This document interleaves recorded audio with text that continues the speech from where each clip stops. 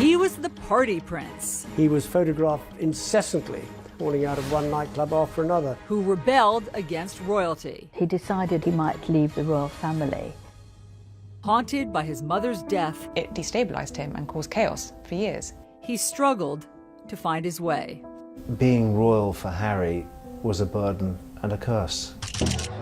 She's an American actress. I was like, okay, well, I'm going to really have to up my game. Unlike any royal bride before. Go back a few generations, and everything about Meghan Markle disqualifies her from marrying Harry.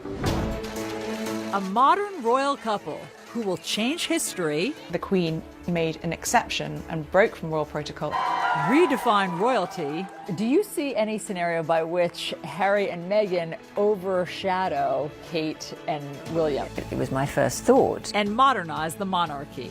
The world's view of the British monarchy is probably going to be determined more by Harry and Meghan than by William and Kate, certainly by Charles and Camilla. That's a very unusual situation. Tonight, a CNN special report, a royal match, Harry and Meghan. I'd never even heard about her until this friend said Meghan Markle. I was like, right, okay, give me a bit of background. It is July 2016 in London when Britain's most eligible bachelor, Prince Harry, is set up on a blind date. It was definitely a setup. It was a blind date. I was beautifully surprised when I walked into that room and saw her, and there she was sitting there. I was like, okay, well, I'm going to really have to up my game. Harry ups his game, and they begin a whirlwind romance. Just weeks later, they're vacationing together in Botswana, Africa. We camped out with each other under the stars. She came and joined me for 5 days out there, which was absolutely fantastic.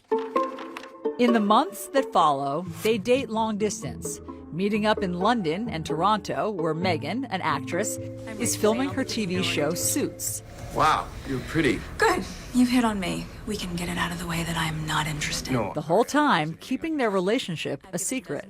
I mean, when they first met, nobody knew about it. I mean, they are such a charismatic couple. Penny Junor wrote a biography about Harry.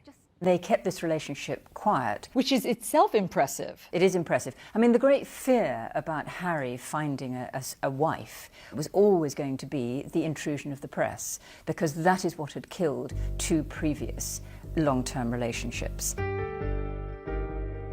Relationships with actress Cressida Bonas and his first love, Chelsea Davy.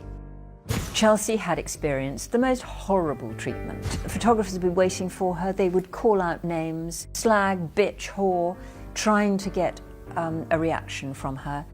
And I guess that she looked at all of this and thought, do I want this for my life? And I interviewed Harry just before he met Meghan, the month before, and we talked about, his private life at the time. Harry tells Roya Nika, the royal correspondent for Britain's Sunday Times, about a, quote, massive paranoia he feels in finding a girlfriend. I think Harry's great fear was that unless he had enough time to get to know someone, if that relationship prematurely became public, they would be absolutely swamped with media interest, and that would change the dynamic of his relationship.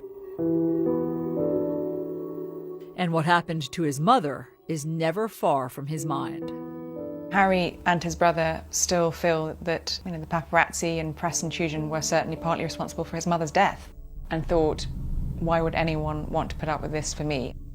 Harry wants to keep his relationship with Meghan private as long as he can. But just 4 months after that first date, the news is out, and the paparazzi pounce once again.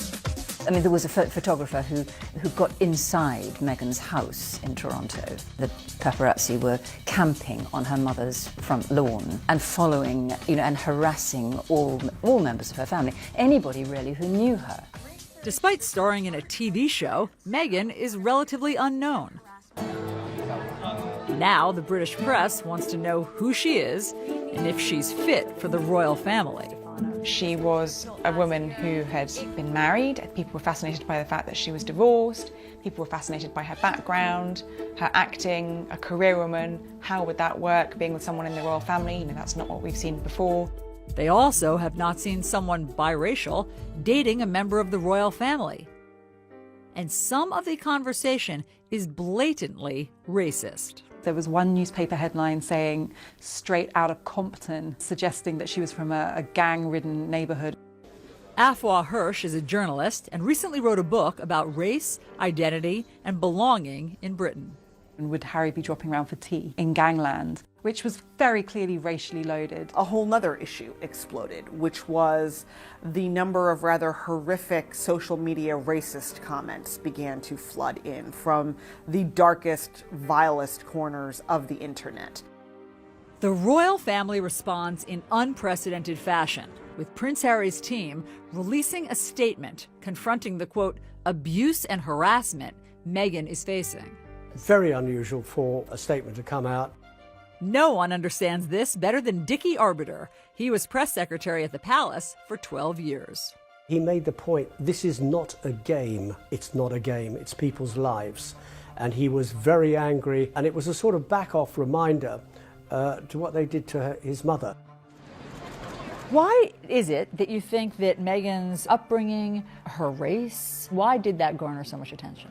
In the past, members of the royal family, princes, would have married princesses. And when Harry's father, Prince Charles, was looking for a wife, it was also a requirement that a wife should be a virgin and a member of the Church of England. You just go back a few generations in the royal family, and everything that you can say about Meghan Markle disqualifies her from marrying Harry. Kate Coyne is the executive editor of People magazine.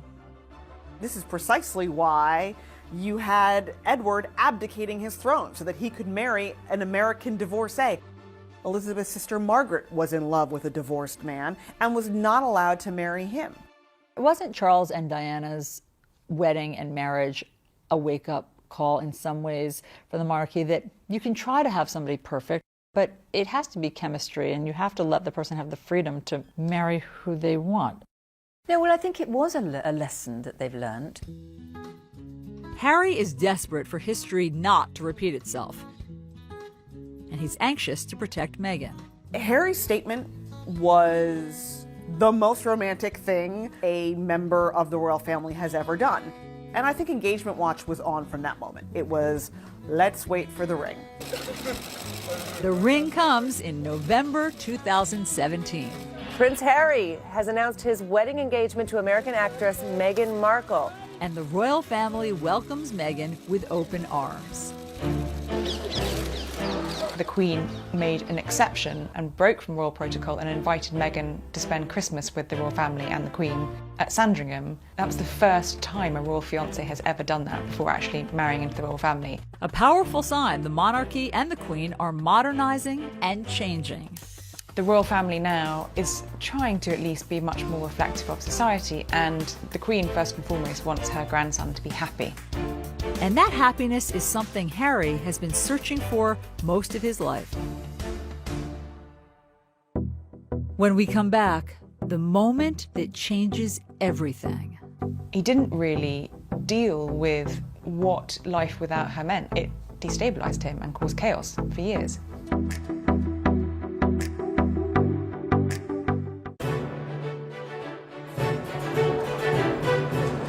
September 15th, 1984.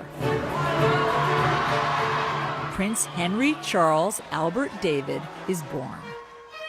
Harry came into the world very different to his brother, who was heralded as the next in line to the throne of England. But Harry was the spare. Paul Burrell was Princess Diana's butler. So all through Harry's formative years, he always knew that he was second. He was always referred to as the spare, just always second best. And I think that had a profound effect on Harry. His childhood is also impacted by his parents' marital troubles. Harry grew up in a very tricky household. The prince and princess were never happy together, in a marriage that had failed before it even began. And I remember the times when Diana was shut away and quiet or crying, and the boys would write little messages. Please don't cry, Mummy. and they would put it under the door. When Charles and Diana divorce, it hits Harry hard. Then, 1 year later, his mother is killed. Harry is just 12 years old. This incredibly loving figure who had given him so much warmth and comfort in what was a very difficult childhood and extraordinary upbringing was suddenly gone. I remember Harry coming back to Kensington Palace shortly after the funeral, and he ran down the corridor and flung himself into my arms and cried. And his tears wet my shirt through. He was devastated. Got the phone and Harry later admits to ITV he has deep regrets about his final phone call with his mother. I can't really necessarily remember what I said, but all I do remember is probably, regretting for the rest of my life how short the phone call was. And if I'd known that that was the last time I was going to speak to my mother, the things I would have said to her. Looking back on it now, it's incredibly hard. I have to sort of deal with that for the rest of my life. Guilt and grief he never expresses at the time. I think it was a classic case of don't let yourself think about your mum and the grief and the hurt that comes with it, because it's never going to bring her back, and it's only going to make you more sad. People deal with grief in different ways, and my way of dealing with it was by just basically shutting it out, locking it out. Prince Harry arrives here at Eton, the prestigious boys' boarding school, the year after his mother's death. And though he moves into the same house as his older brother William, Harry reportedly struggles academically and is miserable. Diana always said that she never wanted Harry to go to Eton because he would be compared to his brother's success. And she thought this would be the undoing of Harry's confidence. Prince Harry said that he decided that he was going to be a bad boy. Journalist Angela Levin interviewed Harry last year at Kensington Palace. So that the reason he didn't do well there was partly his fault, it was deliberate. In 2002, headlines emerge of Harry's drinking and marijuana use. For the first time, Harry is facing the public pressure that comes with his famous family. Did it seem to Brits that it was more than just typical teenage antics? Teenagers do drink too much. They do behave badly, it's all part of the growing up process. But I personally was worried that there was something deeper. There was a touch of self-medication going on. After graduating from Eton, Harry escapes to Africa during his gap year for humanitarian work. It was an escape from this heavy-duty world of royalty, always being watched, always being photographed. He could be very ordinary. He spends 2 months in Lesotho with children in need and others whose parents died from AIDS. He could see that there were holes there in their lives. And I think absolutely he saw in them something that he felt was missing in his life: care, love and attention, the loss of his mother. Harry not only falls in love with the children and the country, he begins a serious romance with a wealthy girl from southern Africa, Chelsea Davy. She's very free-spirited, not someone who felt bound by royal protocol or tradition, and also shared his love of Africa, and the two of them travelled extensively throughout Africa together. Chelsea remains a constant in Harry's life for years to come. She also came into his life at a time when he was missing that female figure to support him, and I think Chelsea did that and understood him, and she could understand that he'd been through a very difficult time and was still going through a very hard time. A very hard time that Harry struggles to overcome. When we come back, Prince Harry got so low that he decided at one point that he might leave the royal family. And then Meghan Markle's struggle with her biracial identity. She has heard the names her mother has been called, and she's well aware that that is happening for one reason only, and it's the color of her mom's skin.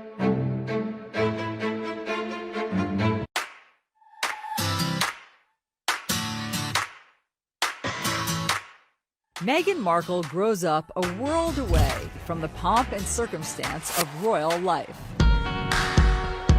You hear that someone grew up in Los Angeles and you think about swimming pools and palm trees and Beverly Hills, and Meghan Markle's childhood in LA was not that. Born in 1981, she is the only child of Doria Ragland and Thomas Markle. Meghan's father was a lighting director for a number of shows in the Los Angeles area, most notably Married with Children. He eventually became the director of photography, and that was the sort of behind-the-scenes, less glamorous side of Hollywood. Meghan recounts spending time on the set with her father on The Late Late Show with Craig Ferguson. I grew up on the set of Married with Children every day after school for 10 years. I was there. Wow. I know. It's a very perverse place for a little girl who went to Catholic school, no less, to grow up. Action. Meghan certainly had every reason to be dazzled by TV, film, the whole on-camera experience from a very young age because she grew up around it.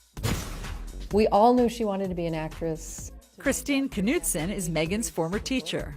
She was in the musicals, she was in the plays. She would sparkle when she got on stage, and I think it was just kind of in her blood. She loved it. Despite two loving parents, Meghan struggles with her biracial identity. I think she was kind of grappling a little bit with the sense of her identity and trying to understand who she was. Josh Duboff is a senior writer for Vanity Fair who has covered Meghan. Her father was white, her mother was black. She said when she would fill out forms, there wasn't always a bubble that fit her to fill in. She didn't want to circle the one that was implying that her mother, was more important than her father or vice versa. Meghan's parents go out of their way to make sure she does not feel different, but special. Her dad gave her a sort of Barbie doll family in which there was a black mom Barbie doll and a white dad Ken doll and then a baby Barbie doll in each color. But even that kind of points to how difficult it is to be Meghan at that age because the children were still either black or white. There was no biracial Barbie baby doll for Meghan. While the Markle household deals with race head-on, years of built-up racial tensions in the country explode right in Meghan's backyard. She was driving, I think, with her mom, and I think there was like debris, and she thought it was snowing, and then she realized it was actually the LA riots. Riots that erupt when 4 white police officers are acquitted in the beating of a black man, Rodney King. A moment Meghan says impacts her at a young age.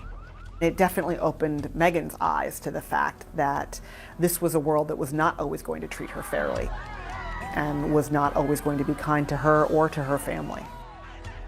I was teaching here at the time, and I think it destroyed kind of that feeling that LA is this wonderful place to live and you have all these different kinds of people and we all get along, and then this just kind of smashed that.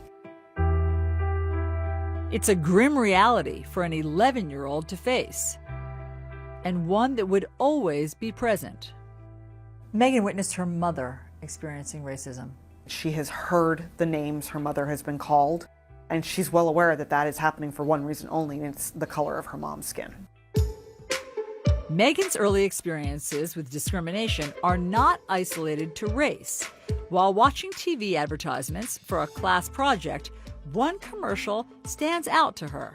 Women are fighting greasy pots and pans. In the ad, they implied that the product was just for women who were going to be at home doing the cleaning. 11-year-old Meghan tells Nick News what she thinks. I don't think it's right for kids to grow up thinking these things, that just mom does everything. She was irate because she thought, my dad does dishes. It's not just women who do dishes. Why would it be women across America? And she wrote a letter.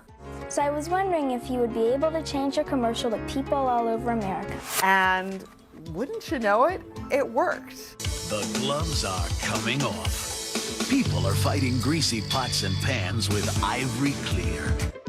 It had to have been such wonderful reinforcement for her at such a young age that she could make a difference, that she could take a stand and have her voice heard and not be dismissed. When we come back, Prince Harry and the burden of royalty. She really did love him, but being with Harry and the huge circus that came with it was overwhelming for her. She didn't want to be a princess. I don't think any sane person wants to be a princess.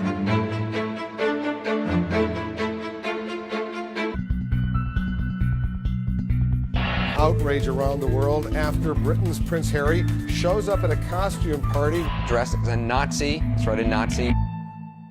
And that just seems like a moment of extremely bad judgment. It was a moment of complete and utter thoughtlessness.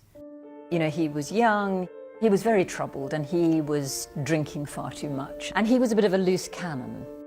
At just 20 years old, Harry is earning a reputation as reckless and self-destructive. He was photographed incessantly after he left school during a sort of gap year, falling out of one nightclub after another. And he has a run-in with the paparazzi that leaves a photographer with a split lip. For many years, it was a real worry about what would happen to Harry because he didn't seem to want to be a royal. He really kicked against it. He wanted to be a normal human being. When Harry arrives at Sandhurst Military Academy in May 2005, the pressure is on to turn over a new leaf. He'd not had that discipline for so many years.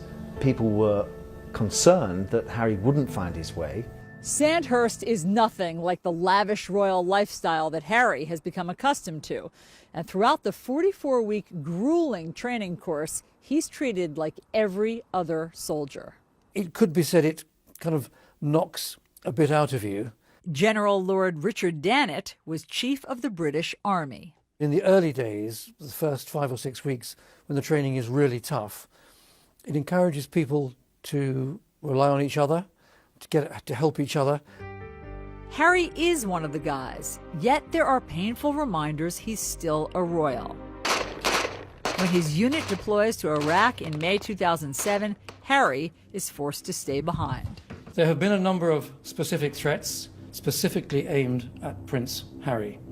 And it's for that reason that I've decided that the risk to Prince Harry is too great. I think when he was told he couldn't go, it was a really low point for him. I didn't sort of join the army thinking that I was never going to go on operations. It was very hard, and I did think, well, clearly one of the main reasons that I'm not allowed to be going is because of the fact of who I am.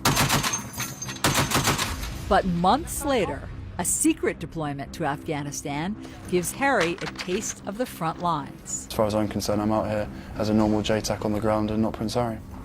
It's very nice to be sort of a normal person for once. I think this is about as normal as I'm ever going to get. It was pretty much a turning point in his life, but I think he realised the seriousness of life, really rose to the responsibilities. But after 10 weeks on the ground, his mission is leaked, and Harry is immediately evacuated. It wouldn't have taken Taliban or others long to have searched around and perhaps found where he was. So there was a risk to him, but I think also if there was an increased risk to him, there was an increased risk to the other soldiers who were around him, and the only sensible and safe thing to do was to bring him back. He was very angry.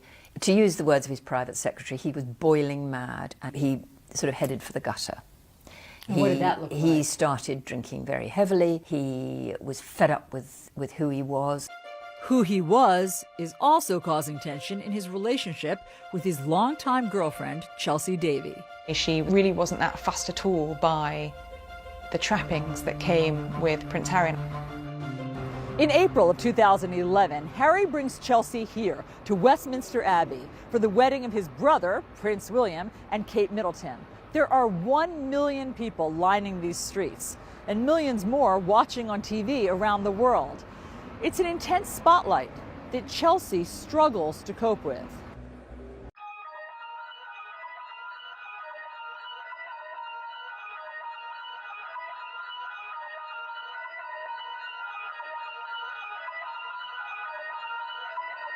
You reached the peak. Oh my God.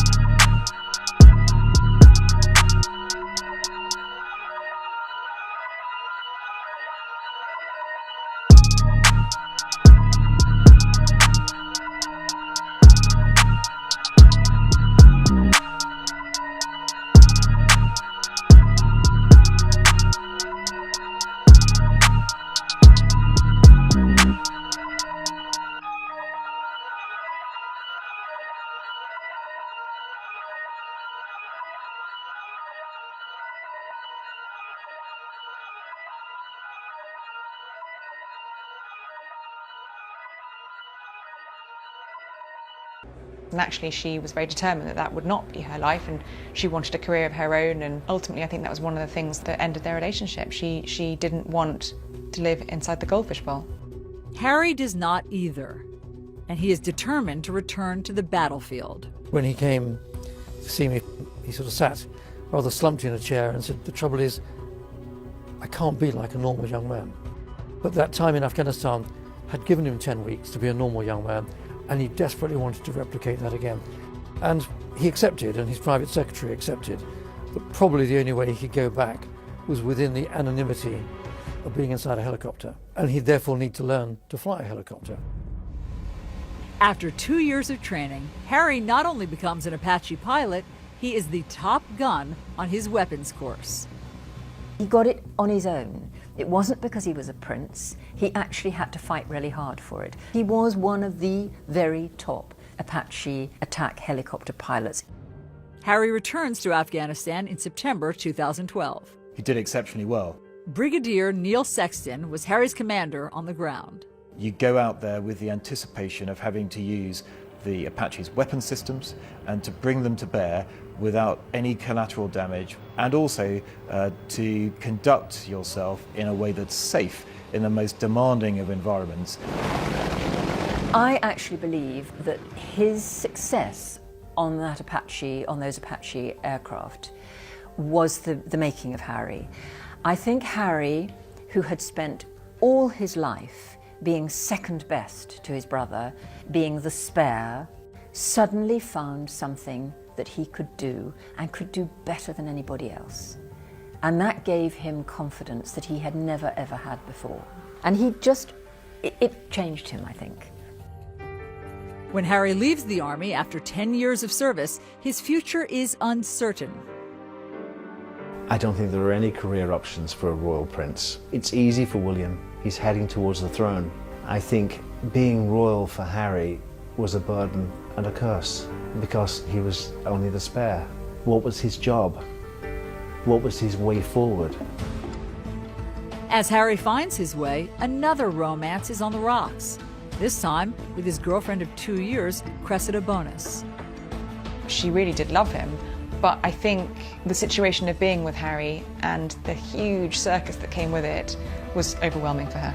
I think Cressida took one look at what life with Harry would have involved and just turned her back on it. You know, she didn't want to be a princess.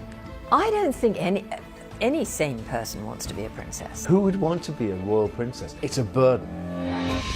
When we come back, Harry opens up about his royal role. He's living this life that he's been born into. It's not his choice. He decided he might leave the royal family. And then Meghan Markle's big break. She got lucky. She undoubtedly handed in a great audition, a great screen test, and she hit the jackpot. After graduating from Northwestern University, Meghan Markle moves home to Los Angeles. She's eager to chase her acting dreams, but the industry is tough. That is an industry that is built on judging you and tearing you down and rejecting you and making you second guess your weight and your skin and your hair and your talent and your poise. It's brutal. It's brutal. Harvey Young was Meghan's acting professor in college. When you leave college, it's a pretty bleak world of just laying bare your soul as part of audition before a casting agent, and then more often than not being told no. For Meghan, her identity struggle is magnified in Hollywood. What has she said about how her race impacted her getting jobs? Casting agents weren't always sure what to make of her. Is she going out for a Latina role? Is she somehow maybe Italian or even Middle Eastern? Or is she African American? Is she Caucasian? She undoubtedly felt like at times casting agents just threw up their hands and went, oh, never mind. Passed over for big roles, Meghan does get some small parts. Thank you. So what's going on here? What do you mean? What I mean is, like, you're way too cute to be just a FedEx girl. Maybe she'd have one scene or be there for one moment. I think she was on a bunch of TV shows, Fringe, Beverly Hills 90210. She was famously a deal or no deal girl. She had her little moment opening one of the briefcases. She has said that her 20s were brutal. Meghan struggled a lot. To become a successful actress, to be able to make a living, that's like winning a lottery ticket. I mean, the number of forces that have to combine to get you even the smallest scrap of success are so astronomical. Meghan auditions for 10 years. And then, at 29, she lands a significant role. The female lead on USA Network's legal drama, Suits. Is this all a joke to you? Because I take my job seriously. She got lucky. She undoubtedly handed in a great audition, a great screen test. She had excellent chemistry with her co-stars, and she hit the jackpot.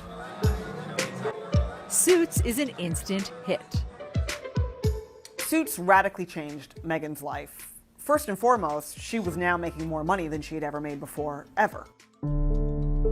As the show achieves success, Meghan makes big changes in her life, including ending her 2-year marriage to Hollywood producer Trevor Engelson.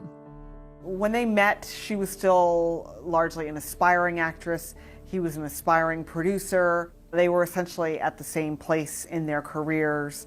And then Suits really took off, and they weren't going in the same direction anymore. She was filming in Toronto. He was in Los Angeles. There were thousands and thousands of miles between them. Determined to use her position for good, Meghan spends her free time advocating for women. During a panel discussion, Meghan recounts how the success of the show emboldened her to stand up for herself. Every script seemed to begin with, Rachel enters wearing a towel. And I said, nope, not doing it. At a certain point, you feel empowered enough to just say no. She wanted to encourage other women to feel like they could speak up in the same way. And Meghan uses her fame to fight for women's equality across the world. As an ambassador for the nonprofit World Vision, Meghan travels to a remote village in Rwanda, where young girls walk hours every day to access clean water for their families. This is the water that she's going through all this work to get. But all that changes when the World Vision team builds a new well. These girls are able to stay in school because they aren't walking hours a day to go and get water, and this clean water source has changed the entire community. She has a sense that if she's been given a platform, if she has some influence, that there's a responsibility she has to use that for good. Laura Dewar is the Chief Marketing and Development Officer for World Vision. And she travels with Meghan to India in January of 2017. They visit local businesswoman Suhani Jalata in Mumbai, where the lack of sanitary products and the stigma around menstruation keeps young girls out of school. Suhani's created a business where they make maxi pads. They manufacture them, and then she has a team of effectively salespeople that go door to door talking to women about how they handle menstruation. Meghan comes home and writes an essay in Time magazine drawing attention to the barriers to education for girls across India. And she continues to mentor Suhani to this day. She's really more than happy to, have a call and just talk about the issues that we might be experiencing or any help that we need from her, whether it's in terms of fundraising, in terms of marketing, or any kind of support like that. This is not a celebrity who floats in, who needs a platform issue to associate with their quote-unquote brand. This is a woman who's had a desire to help in some way for a very long time, promote the faces and stories of women, and to begin to elevate them. When we come back, Harry and Meghan and the future of the monarchy. Do you see any scenario by which Harry and Meghan overshadow Kate and William? Oh, yes, I do. It was my first thought. This could be a problem.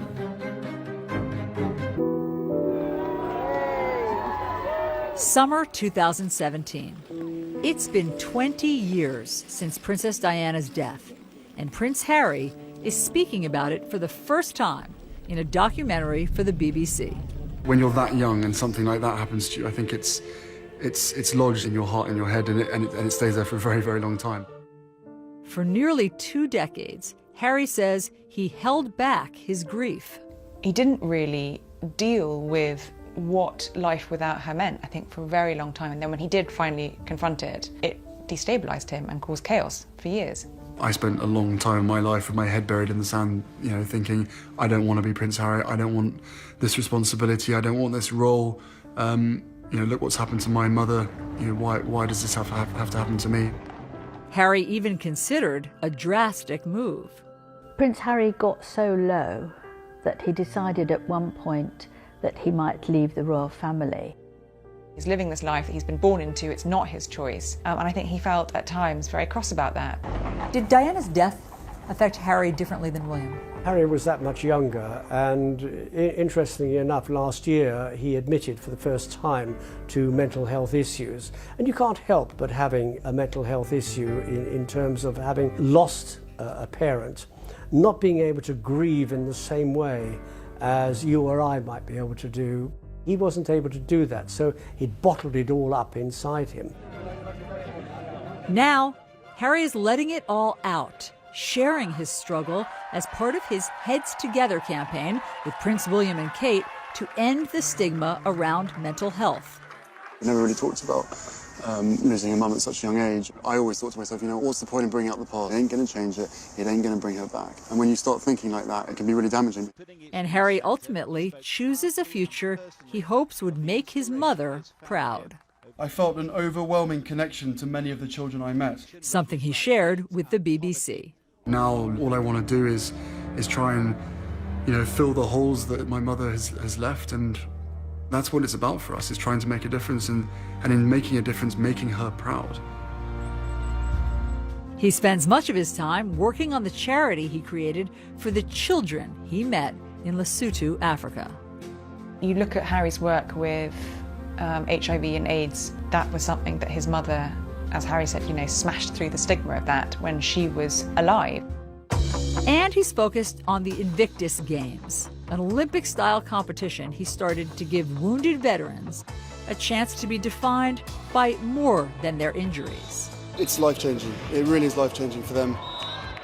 I think he has used his own experience of loss and sadness and bereavement to help these soldiers. And the bereavement doesn't just mean losing someone, it means losing yourself, I think, too.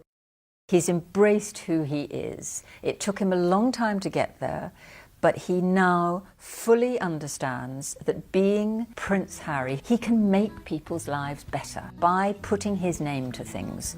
He's making a difference. Through it all, Harry has endeared himself to the public, becoming one of the most popular members of the royal family. Harry is incredibly likable, and he is incredibly genuine. What you see is what you get. He is so natural with people, much more, I think he's the most natural member of the family. He throws out the rule book.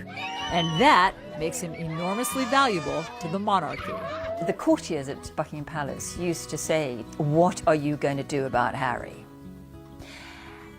And now they're saying, "What are you going to do with Harry?" Because Harry is a magic bullet. As Harry helps carry the monarchy forward, he will continue to do things his own way, like proposing to the woman he loves, not someone British royalty might expect. I think it's a wonderful coincidence that Harry has fallen in love with somebody who is American, mixed race, divorced, and a career woman. She is very representative of our society today, and I think that makes the monarchy much more user-friendly.